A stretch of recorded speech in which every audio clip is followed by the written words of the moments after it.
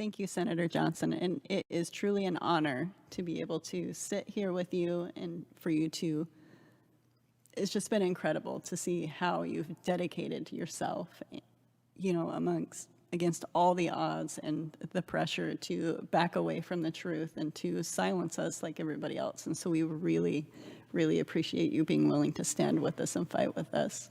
Keep the mic as close as possible. So my name is Brianne Dressen, and most of you have never heard of me, and most likely have never heard of most of us here. We're just everyday Americans. We are Republicans, we're Democrats, libertarians, independents. For us, this is not political. This is a human issue. We're here to tell our stories, ones largely ignored and silenced, and we hope that you listen, and we hope that you ask questions. I'm a wife and a mom, and I'm a preschool teacher.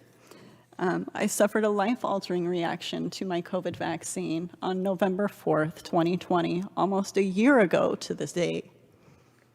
I suffered a cascade of neurological symptoms that persisted for months. And while my life has improved, I still feel like I'm being electrocuted 24/7.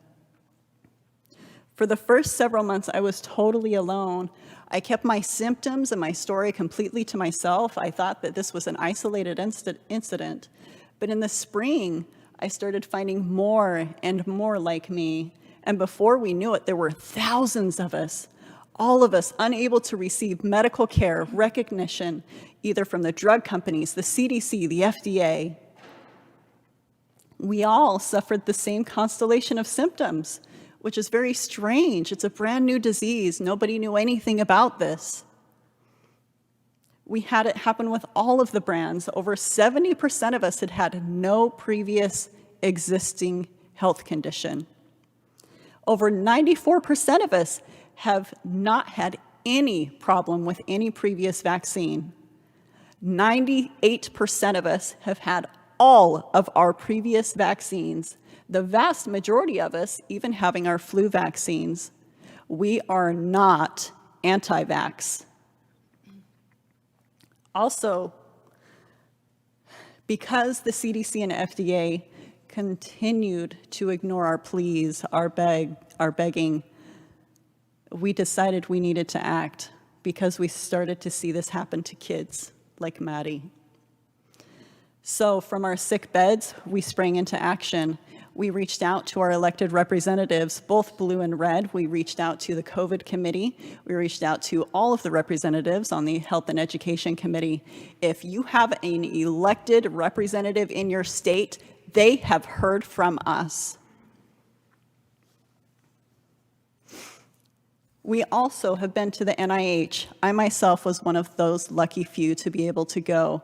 We participated in studies across the country with very well-accomplished academics from reputable research institutions. None of them can get their research published. They go journal after journal after journal, being turned down one after the next after the next. We then reached out to the media, being repeatedly told that we can't make the vaccines look bad. We reached out to our major health organizations like the AMA. We reached out to our state health boards, our state health departments, all of them persisting in the narrative that if this was really happening, the CDC and the FDA would have said so. We are completely on our own. All we have is each other. We've been branded as anti-vax. Misinformation. 24 hours after Senator Johnson hosted our last conference, we had our Facebook support groups pulled apart. I lost contact with 8 actively suicidal people, just like that.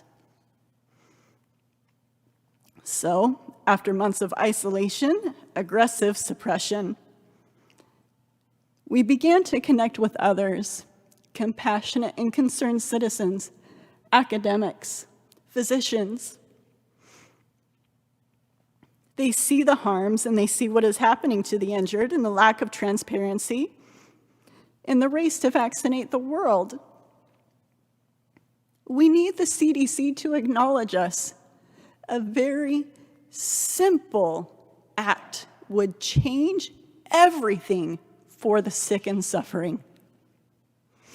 We also need to just begin the conversation. This will lead to real healing for the injured, for appropriate and objective review of the science, to establish an environment for open dialogue, so ultimately we will be able to make rational and fully informed policies and decisions. Thank you so much for your time. I'm going to turn the time over to Dr. Wistilla.